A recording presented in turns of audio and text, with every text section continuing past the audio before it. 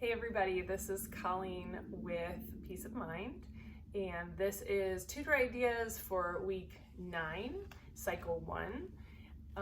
This is my first year tutoring. I am putting these ideas out there because I know how difficult it is to come up with original content, find ideas.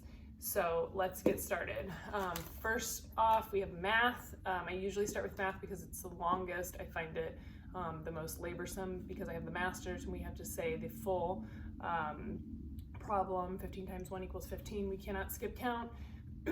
Although I do skip count usually at the last one because we need to hear it 7 times and that just takes a really long time. So first off, we said it all the way through as a class. Then I had one child say the problem and then the entire class would answer.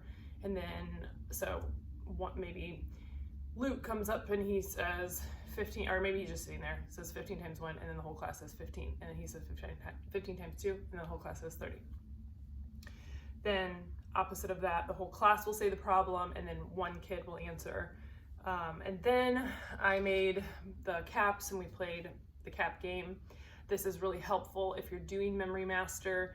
It makes them get out of order, and I think the kids really struggle with that when they're doing Memory Master. We did Memory Master for the first time last year, and that was one of my son's hardest changes, is having to learn these out of order because he was so used to skip counting. So gets them doing these problems out of order, which is really helpful.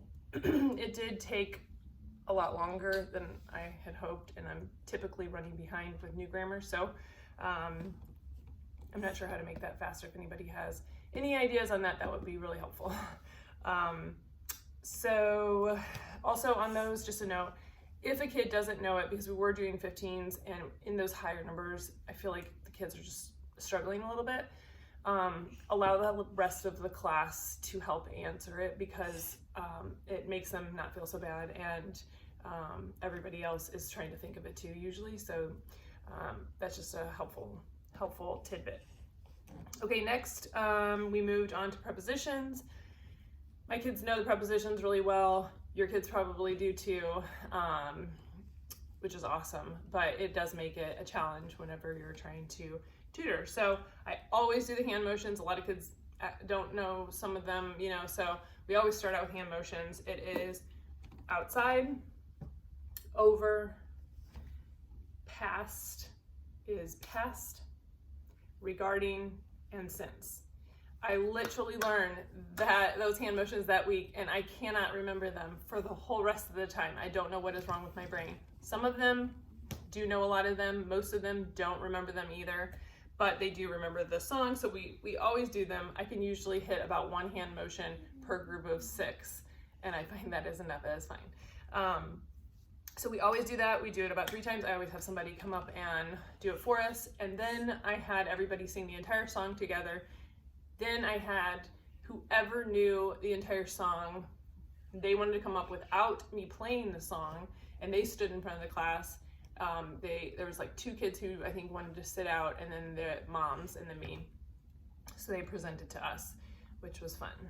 So that was English. Next, I moved to Latin. It's the 4th declension. Each week, for each declension, I have been teaching it with 1 hand. So whether it's 1st, 2nd, 3rd, 4th, 5th declension, singular is 1 hand. I always use 1 hand. So for this week, it's subtle. It is us, us, ui, oo.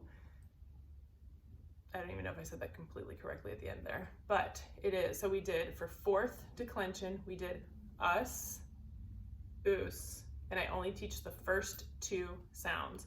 So us, us, ui, oo. And then for the plural, we take 2 hands with 4s, and it is us, oo, So I have it like a cough, like so us, ibis, ibis, ibis, ibis. The is, I think, how it's supposed to be said, but you can't really hear that in the song, so it goes really quick. So I just say us, ibis, us, ibis, ace, ibis, and, or us, ibis. You get it. These are getting harder and harder for me, so I'm having to each time be looking at it while I'm saying it. And the kids are great because they know it. Honestly, they know it, and they are just going with it, and they correct me. Next, we went on to science. I had them get up out of their chairs. I have them sitting in like a half circle kind of thing. And so they got up, went behind their chairs, and we did alternating lunges. So what are some parts of a plant? And we would say some parts of a plant are leaves, and we put our hands out, legs together, and then you bend down and you put your hands next to your knees, stems, and then go back with one lunge, either right or left leg, and you're gonna alternate each time. So then you're gonna say roots, and you put your hands kind of flared out, legs back. I actually have a video, it's like 20 seconds long, of this on my channel too, if you wanna see it. So leaves, stems, roots, and then as we're coming up, we say some parts of a plant are leaves, stems, roots, and then you come up. Some parts of a plant are leaves, stems, roots. So we just repeated it 7 times. And it was fine, and we moved, and it was great. Moving on. Actually, that was a really great one. I've been having really terrible time management with my new grammar. I've been going way over, so I'm actually trying to make things simpler. But so sometimes it's okay if you just kind of repeat them, and it feels like it goes very quickly. So China, this week was Halloween, so I dressed up. I had a former costume of a tourist. Me and my husband were tourists at a party last year. So I had the shorts, and I had some binoculars, and I borrowed my daughter's little Polaroid thing that I could wear as a camera. And I got my good binoculars out, and I said, we're going to China, everybody. And we played the song, which she loves, and I love, and we've been listening. It's like such a catchy song. So I played that 3 different times, and then, so while I was playing it, she would like to sing it. We can sing it for you. It is the CC version. This is how it goes. China, China, Mongolia, Yellow Sea, Yellow River, Yangtze River, and Beijing. China, China, China. She got it right. I got it wrong. We kept thinking it was Yangtze River. It is Yangtze. See, they're smart. They're so smart. So I sang that along while I was handing out chopsticks.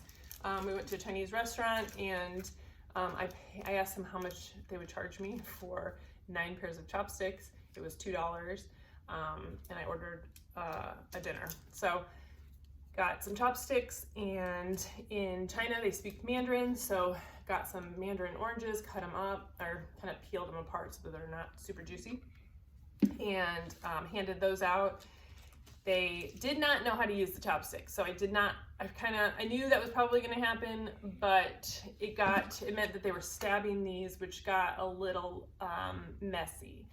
So I don't know that you should use mandarin oranges. You might use a jellied orange. That might be a little less messy, although you're probably going to have the little sugar going everywhere. But come up with something that fits your class. I had some great moms who were helping out, and they just wiped down the map, so it wasn't too big of a deal. So I said, put your first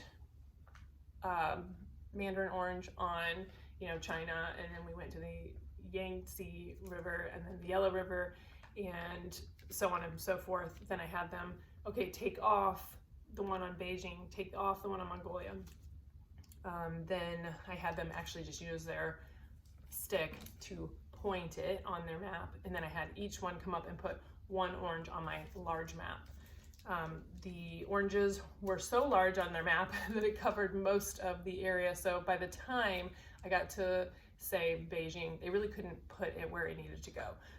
So there again, you might want to try something a little bit smaller, maybe sweet tarts or something. I don't know what would be Chinese that you could use. Actually, a marshmallow will work really well because you can stab it and it won't be all gross, but it could be a little sticky. Okay, so then we have history sentence about China as well. So I said, well, let's learn a little bit about some history of China, and because they spoke Mandarin, they do speak Mandarin, those are little character pictures that they write in. So I came up with my own characters, and you want to illustrate? So we said, we said the history sentence all together, and then we said it like this. We said around the 6th century BC. So you do Lao Tzu founded Taoism, make a T, emphasizes. So we emphasize it by bolding it with nature, and then we make it like a tree. And then Confucius taught compassion and obedience. So it's a C for compassion, and then it goes up into an O for obedience. I had each kid come up, draw it as everybody else sang it, and then if a kid thought he could say it and draw it, I had them do that as well.